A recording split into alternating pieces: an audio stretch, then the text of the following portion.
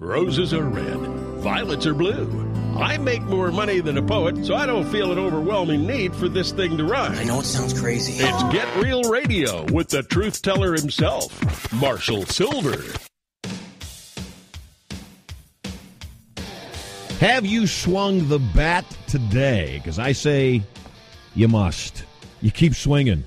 I, every step of the way in my career, have experienced massive failure repeatedly before I received great success.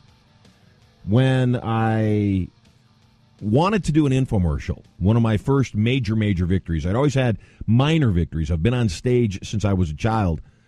My first major victory, where I was putting millions of dollars into my bank account on a monthly basis, occurred with an infomercial called Passion, Profit, and Power that I did in 1994.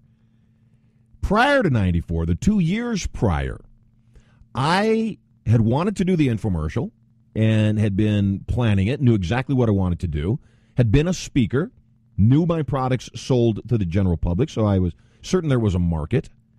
And as we were pitching the infomercial to producers around the country, every single person I went to said, bad idea, it'll never work. People don't believe in hypnosis to begin with. They're never going to buy it on television. You know, television already has a certain amount of skepticism. They are never going to buy it, and it just won't work. There were a couple of people that were willing to risk. Yeah, maybe we'll do this with you. Except the deal was so bad with those people, it was as if I wouldn't have done it at all. Even if it had been a smash success, I would have gotten so little money that it would have been as if I had not done it at all. So finally, I just said, forget this. As I often have on things that I've succeeded at, I said, I'll just do it myself. And so I used my last $10,000, and as they say, the rest is history. That 10 grand became hundreds of millions of dollars in sales over the course of the last 17 years. The infomercial made me millions of dollars, opened up the door for me to move to Las Vegas. So I moved to Vegas. It had been a dream of mine my entire life to have my show on the main stage of a casino on the Las Vegas Strip. So I came to Vegas, and I set down an objective, a plan. I said, I'm going to have my show sold within 1 year.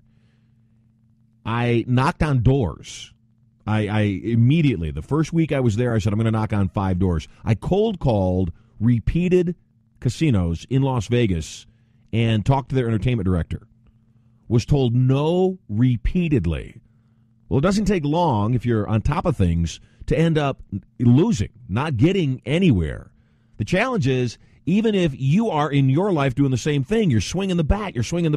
The challenge is, you can't stop swinging, because what's the alternative? There's no alternative. Sooner or later, you either admit that you've lost the game or you keep playing. And so I kept playing. I swung the bat repeatedly at the same casinos. So I'd go into one casino, they'd turn me down, things change, I'd come back 3 months later, come back 3 months later. Finally, I'm at the Sahara Hotel. I have been turned down half a dozen times by the entertainment director, to the point where I don't even think they're really pitching or even considering what I'm offering. I find out where the owner, his name was Paul Loudon, I find out where Paul Loudon has lunch. Ends up it's in the coffee shop at 1 o'clock every single day. So I put together a proposal, and I staple a $100 bill to the top of the proposal. And I've got a plan. So I boldly walk through the casino into the coffee shop. I see Paul Loudon is sitting in the booth with his bodyguard. I walk up. I said, hello, Mr. Loudon. I'm Marshall Silver. And he says, very defensively, can I help you? Big guy, too. Really big guy. I said, I know you're very busy. I have a proposal to make you a ton of money. And I know that you're busy, so I thought I would pay you $100 just to look at the proposal. No obligation. He looks down at the proposal. He looks up at me. He grabs it from my hands, throws it in the air, and he says, you've got 3 effing seconds to get the F out of my hotel. 1, 2. On 3, his bodyguard stands up, grabs me, literally by the arm and the scruff of the neck, and walks me out of the hotel, throws me out the front door, and stands there while I walk away. I walk away, run around the building. I'm trying to get around the building fast enough that I beat the bodyguard. I run in a side entrance, and I run back into the coffee shop. I figured, hey, what the heck? I'm going to make an impression at the least. I run back in, and as I walk in, Loudon gets this dirty look on his face again.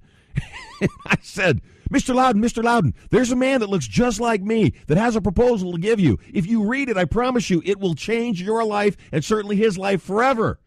Screams again, get out of here. Picks up the phone. I got 5 security guys around me now. They rough me up. They literally beat me up, take me out to my car, and make sure I get in the car and drive off their property. I leave. I'm going, man, that didn't go the way I thought it would. 2 weeks later, I find out the Sahara has been sold. And the reason he wasn't particularly responsive is he thought that I was serving him with a lawsuit, and the building was sold. The casino was sold to Bill Bennett. 2 weeks after that, I get a call. And the call is from the new entertainment director of the Sahara. And he says, is this hypnotist Marshall Silver? Yes, it is. Is this the guy that got thrown out of the Sahara twice in 5 minutes? I said, yes, it is. He says, I'm the new entertainment director. I'd like to meet you. I figure anybody that believes in themselves at that level, takes that kind of action, is going to be successful. So you need to take more consistent action toward what you want. Fred Astaire did his first screen test in 1933. The memo from the MGM testing director said, can't act, slightly bald, and can dance a little. Astaire kept that memo over the fireplace of his Beverly Hills mansion his entire career. A football expert said that Vince Lombardi possessed minimal football knowledge and lacks motivation. It was once said of Albert Einstein, he doesn't wear socks and forgets to cut his hair, could be retarded. Socrates was called an immoral corrupter of youth. Failure makes excuses. Success just keeps swinging a bat, baby. You know, I got a lot of hits in my life, and it really is a matter of managing expectations, recognizing that every single time you swing the bat, you make an adjustment. You change it up. You say, okay, what didn't work there that I can do differently, or what can I just do differently? Because sometimes you don't even know what doesn't work. All you know is that it didn't work. For years and years and years and years, I have wanted to be able to spend this time with you on a daily basis. And I've not been a fan of terrestrial radio. I've not really been a fan of working for corporations. I like to call my own shots. Thanks to you, Get Rich Radio has been extremely successful and gives me the opportunity to talk with you every day, 855-674-3874, and answer your questions about your life. Now, if you're dealing with stuff, I just had a very close friend of mine tell me that he and his bride are separated. And, you know, I know what friends have meant to me when I was in a tough spot, and I just needed somebody with a fair amount of intelligence and reason to chat with me. And I said to him, I said, please make sure that if you're ever going through something similar, you call me. You let me know. I'm here to help you. I'm here to give you a different perspective.